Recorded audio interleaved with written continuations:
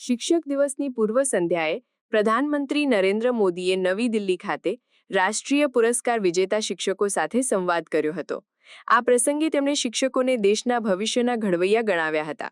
પ્રધાનમંત્રીએ જણાવ્યું કે શિક્ષકો માત્ર વર્તમાનને જ નહીં, પરંતુ રાષ્ટ્રની આવનારી પેઢીનું નિર્માણ કરીને દેશના ભવિષ્યને પણ ઉજ્જવળ બનાવે છે, જે રાષ્ટ્ર સેવાનું સર્વોચ્ચ સ્વરૂપ છે.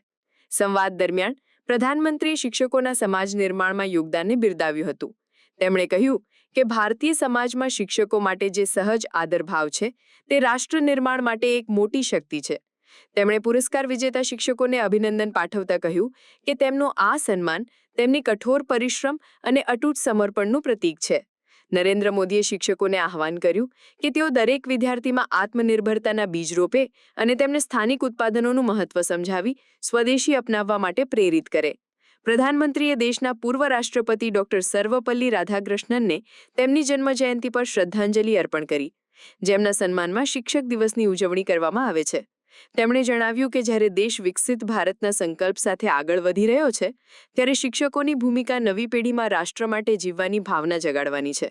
આ પ્રસંગે તેમણે દેશભરના લાખો શિક્ષકોના નિષ્ઠા, પ્રતિબદ્ધતા અને સેવાભાવ સાથેના શિક્ષણ કાર્યને પણ યાદ કર્યું હતું.